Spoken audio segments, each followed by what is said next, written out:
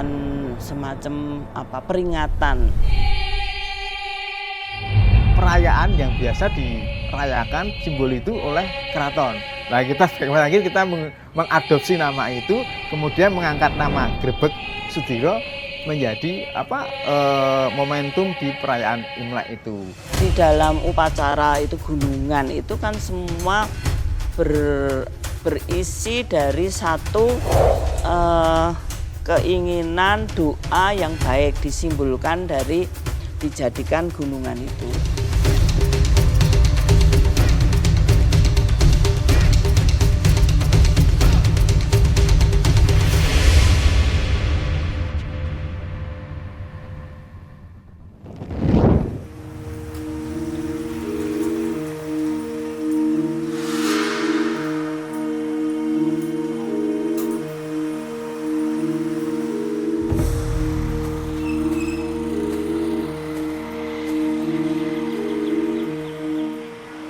Pakubono ketiga ini sudah mulai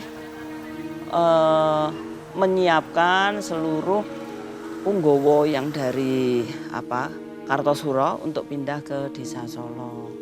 Seperti Baluwarti itu selesaikan untuk para nayoko atau para pejabat-pejabat yang dari Kartosuro itu untuk ditempatkan di Baluwarti itu.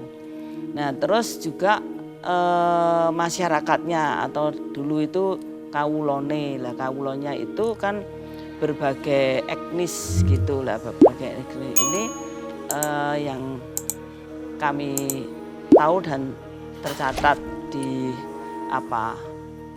keraton atau di wilayah bisa dilihat dari wilayah Surakarta itu sendiri sekarang. Yaitu untuk etnis dari Timur Tengah, dari Arab itu adalah di Pasar Kliwon. Sedangkan etnis Cina waktu ada di daerah sekarang ini namanya Sudiro Prajan. Nah, nama-nama itu juga pastinya sesuai dengan nama yang diberikan. Kalau Sudiro Prajan pastinya itu adalah dulu ada seorang abdi dalem atau seorang kerabat yang tinggal di apakah Sudiro siapa, terus gampang kan jadi Sudiro Prajan. Sedangkan di Pasar Kliwon itu adalah kebanyakan abdi dalem Kliwon. Kliwon itu yang dipimpin pada waktu itu adalah seorang pujangga, dan yang terakhir yang tinggal di sana itu adalah Ronggowarsito.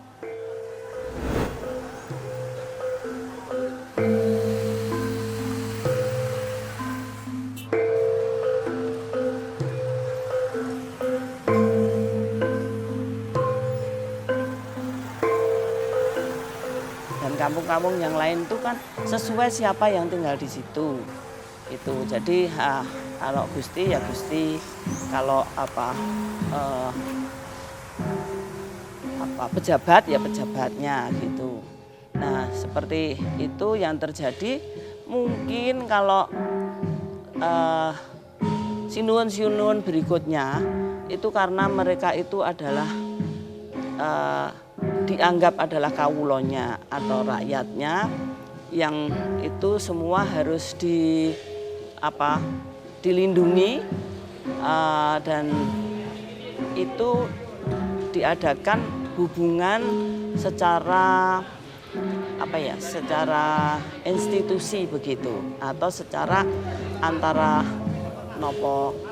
keraton sebagai pusat pemerintahannya dengan etnis-etnis yang sudah ditempatkan masing-masing. Nah, itu yang seperti kalau di sini, di dalam sini ada wirengan, ada tamtaman, itu kan yang dekat itu adalah tempat perjurit-perjurit kita, perjurit tamtomo, perjurit wireng itu lebih kepada penari-penari yang itu adalah juga dikelompokkan begitu. Jadi Danusuman itu ada apa Pangeran Danukusumo itu. Jadi itu pembagian wilayah itu dan juga kelurahan yang sekarang ada itu seperti Penumping itu abdi dalam Penumping. Kalau sowan ke keraton dalam upacara besar itu ada di depan Masjid Gede sebelah timur. Itu ada bangsal, itu bangsal Penumping itu. Terus juga yang lain-lain itu ada di sebelah selatan kompleks keraton itu ada Pasar Gading, terus ada Gajahan. Itu kan dulu untuk tempat kandang gajahnya keraton itu. Nah, ini yang disesuaikan dengan itu plot-plot seperti itu muncul zaman Pakubono ketiga dan seterusnya ketambahan-tambahan itu.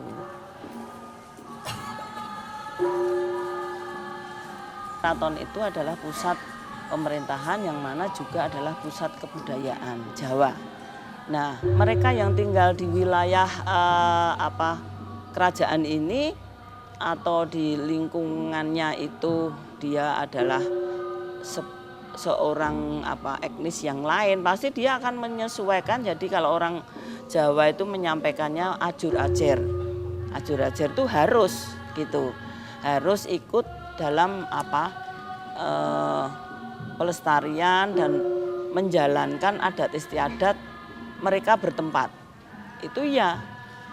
Terus berkesenian juga begitu.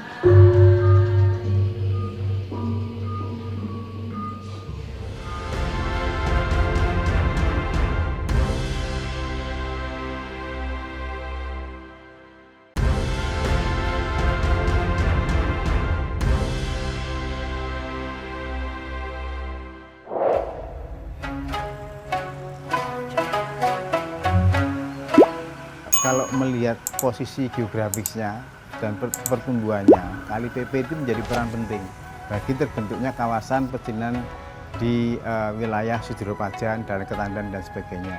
Karena memang kemudian dengan Kali PP itu kemudian memunculkan kawasan pecinan dengan tumbuhnya ruko-ruko. Karena kemudian pada awal waktu itu perdagangan itu ditempuh melalui jalur-jalur air, ya jalur sehingga muaranya itu kan ke Bandar Beton dan bermuara kepada Sungai Bengawan Solo. Sehingga itulah yang kemudian Kali PP itu menjadi peran penting bagi pertumbuhan etnis Tionghoa di sini. Sehingga bahwa ketika terbentuk ruko ini kemudian lama-kelamaan menjadi sebuah ruang ekonomi dan merambah kepada perkampungan yang kemudian lebih dikenal dengan Balong. Gitu. Dan Balong itu adalah sebenarnya cikal bakal Sudiro-Pajan.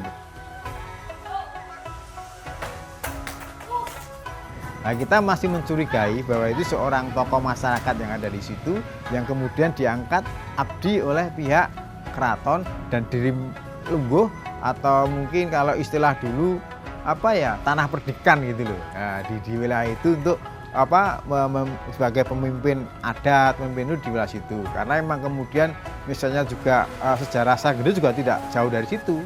Karena dulu Sargede itu pada awalnya yang ngelola adalah seorang juga etnis Tionghoa. Gitu loh, Babah Mayor yang kemudian Babah Mayor diangkat abdi di pihak keraton, dia diberi nama Kanjeng Raden Tumenggung Harjonagoro. Kemudian pasar itu diabadikan nama dia, Pasar Gede Harjonagoro.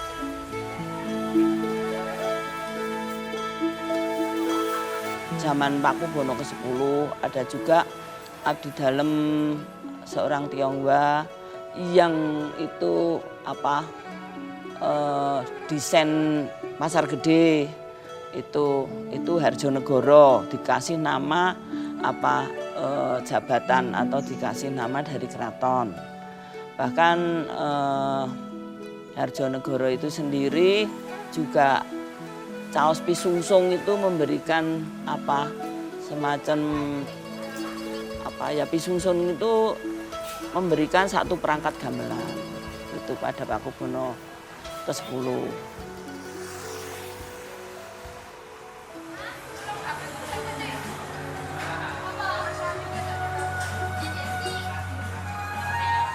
Sudiro Praja ini sekarang sudah menjadi apa ya?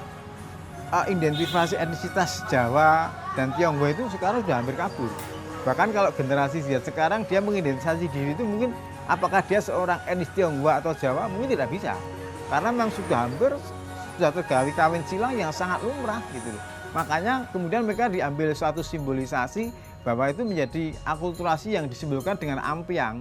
Aduh, kacangnya itu dari Cina, gulanya Jawa gitu. Sehingga pola itu yang kemudian menjadi kehidupan di sana, dan akulturasi ini yang coba kita angkat. Tapi di masyarakat Sudiro Praja sebetulnya bahwa ada kesamarataan, kesetaraan di sana ya, meskipun dalam pola perkampungan kecil gitu. Ritus-ritus sosial masyarakat Jawa pun juga dilakukan di sana. Misalnya ketika kita terjadi kelahiran, ada mitoni, ada kemudian pasaran, itu ya simbolnya tumpeng. Orang-orang bahkan ya secara etnisitas mereka sebetulnya etnisitas Tionghoa ya, secara genetik gitu ya. Tapi pada pola-pola kebudayaan itu sudah menyatu gitu loh.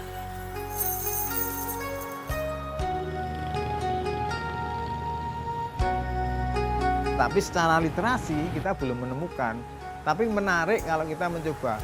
Tadi dari cerita Sudiro ada personifikasi seorang tokoh panglima di cerita si Jinkui itu, dan itu mempersonifikasikan diri dengan nama Sudiro. Dan era itu memang tumbuh ketika diadaptasi ke cerita Jawa ketika mungkin waktu era 60-an, itu kan 65 lah kesini, itu kan kemudian pertumbuhan, perkembangan etnis Tionghoa kan mulai ditutup ya oleh pemerintah Orde Baru.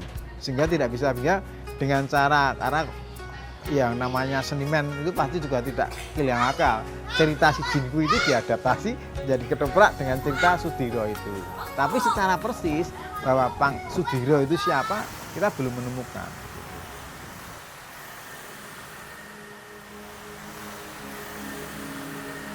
Kebetulan di Sasana Pustaka kok belum kami temukan. Saya sudah sampaikan, sudah 3 hari dicari untuk naskah dari katalog itu, tidak ada yang menceritakan atau tertulis tentang Sudiro Praja. Pastinya juga kampung-kampung yang lain.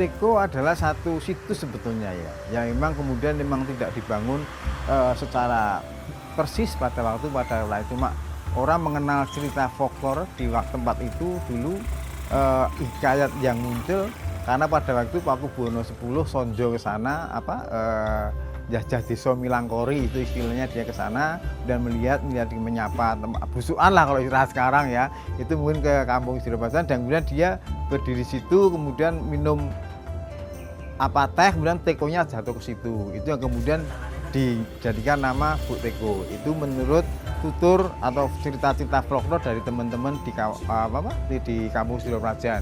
Yang itu ya kemudian menjadi memori kolektif bagi kita untuk mengangkat Bu Teko itu sebagai spirit dari kegiatan Gerbek Sudiro ini. Sehingga pada awal Gerbek Sudiro itu disimbolkan lampionnya berupa miniatur teko gitu lah, bentuk teko yang kemudian digantungkan di depan pasar gede.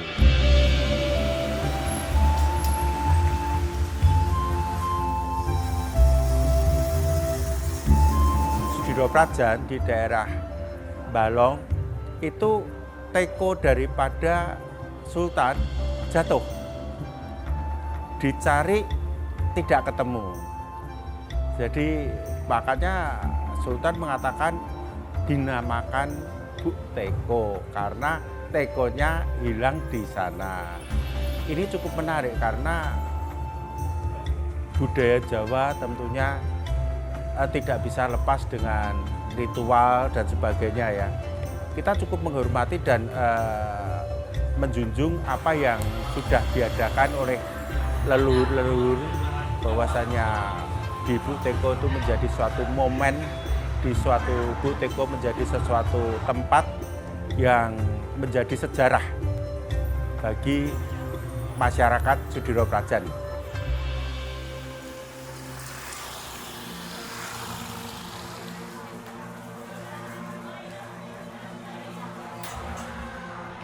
Jadi kalau kita melihat kisah-kisah Bu Teko itu kan sebenarnya muncul dari kawasan itu memang kemudian memang tidak telah dicerita panjang ya, hanya sebatas momentum sesaat yang kemudian orang mengenangnya sebagai sebuah tempat di mana kebanyakan kan waktu dulu itu tempat-tempat yang pernah disinggahi oleh raja itu kan menjadi tempat yang mungkin diwingitkan ya, atau kemudian dianggap sakral dan begitu. Itu yang kemudian sesungguhnya juga akulturasi masyarakat etnis yang di Tionghoa dan Jawa sudah terjadi.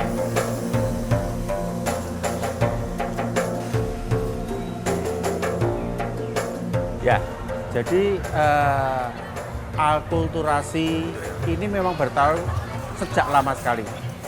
Tentunya tidak mudah dalam melakukan ataupun berkehidupan dengan berbeda suku, berbeda adat, berbeda kebiasaan, tapi dengan semangat kebersamaan, semua ini step by step menjadi cair. Contoh seperti grebek Sudiro. Grebek itu identik dengan perayaan Jawa. Tapi di grebek Sudiro ini grebek menjadi menarik karena hidangan utamanya yang dijadikan tumpeng dijadikan ini adalah kue ranjang. Dan kue ranjang ini adalah makanan khas Imlek.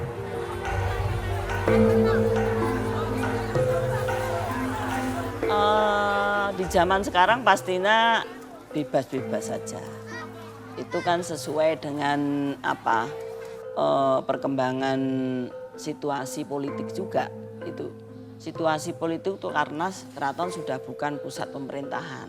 Itu tidak hanya di Sudiro Prajan saja, di Penumping, terus di kampung-kampung yang lain, di kabupaten-kabupaten yang lain itu sudah istilahnya ngiblatnya itu ke keraton, upacara-upacara adatnya gitu.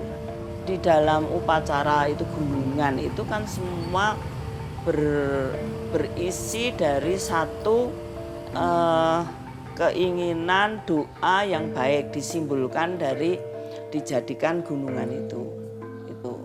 Gunungan itu sendiri kan laki dan perempuan gitu. Ini kan simbol dari alam dunia ini adanya adalah laki-laki dan perempuan. Terus yang perempuan itu wujudnya ya bulat gitu. Dan isinya dibikin dari semua seperti ketan, seperti beras gitu. Di dalamnya itu sayur-sayuran begitulah. Yang laki itu dari ketan.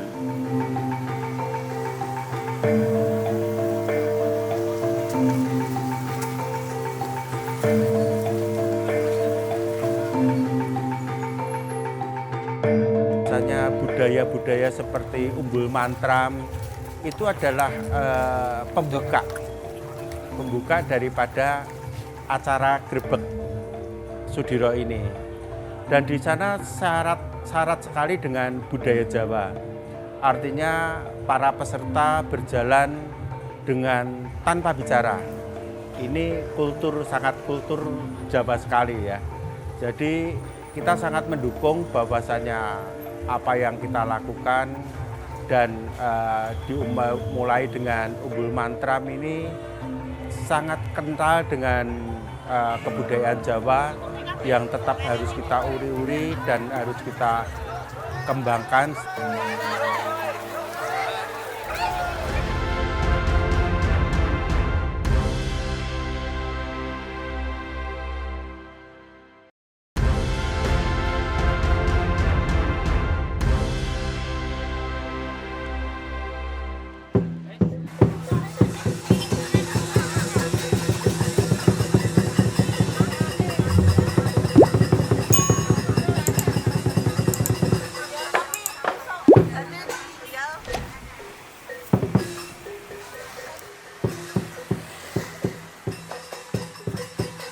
Ya, sebetulnya inisiasi munculnya Gerbek Sudiro itu diawali ketika kita berbincang-bincang tentang kegiatan di Pasar Gede ya. Saya sebetulnya sering mengisi kegiatan di sana berbentuk kebudayaan, kesenian, pentas ada di sana.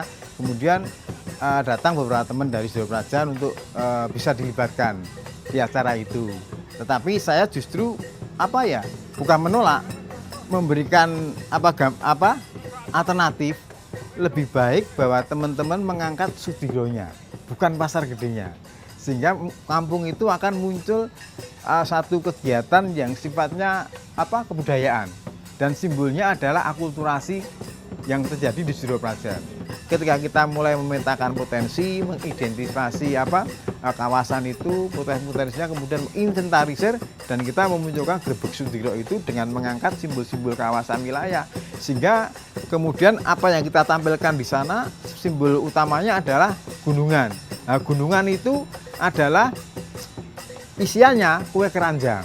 Nah, kue keranjang itu juga terbuat dari gula Jawa, sangat mewarnai kue itu, sehingga namanya kita bikin grebek. Waktu itu kita menentukan namanya apa, Gerbek Sudiro saja, saya bilang begitu, karena grebek itu adalah sebuah peristiwa perayaan yang biasa dirayakan simbol itu oleh keraton. Nah, kita mengadopsi nama itu, kemudian mengangkat nama Gerbek Sudiro menjadi momentum di perayaan Imlek itu. Meskipun momentumnya kita memang mendekati hari-hari seminggu sebelum Imlek biasanya kita lakukan itu. Saya kira kenapa tema daripada Gerbek Sudiro ini menjadi sama ya. Artinya mereka berbicara masalah persatuan, masalah kesatuan, masalah harmoni dalam berkehidupan antar warga. Ini menjadi pesan moral kepada kita semua. Marilah kita lupakan perbedaan-perbedaan yang ada, kita ambil kebersamaan untuk menuju Indonesia yang lebih baik, menuju Indonesia yang lebih maju, dan bisa bermanfaat bagi masyarakatnya.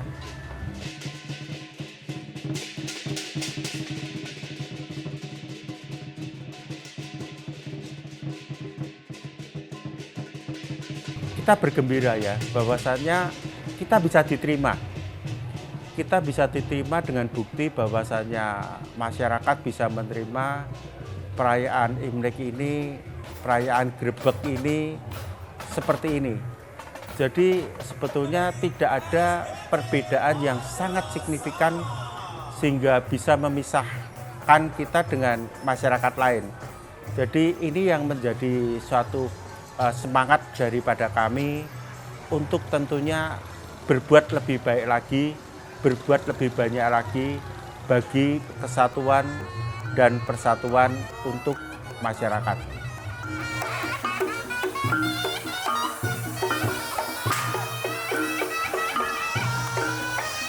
Pastilah kita harapannya Gerbek Sudiro itu punya set efek yang banyak ya.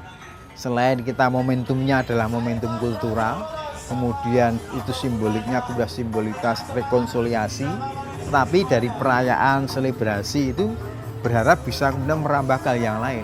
Penataan sosialnya, kemudian terutama dari sisi kesejahteraan masyarakatnya di wilayah Sudiro Prajan ikut tersentuh juga dengan hadirnya peristiwa-peristiwa semacam ini. Sehingga ini juga menjadi efek real, tidak hanya dalam imajinasi, di dalam hati, tapi bagaimana mereka menemukan sebuah sumber kehidupan juga secara sosial. Dia bisa ekonomi berjalan dengan baik, menjadi efek ekonomi, meningkatkan kesejahteraan mereka. Nah, makanya harapan kami itu bisa lebih menyentuh ke wilayah dalam ya, di warga di Sudiro Prajan gitu.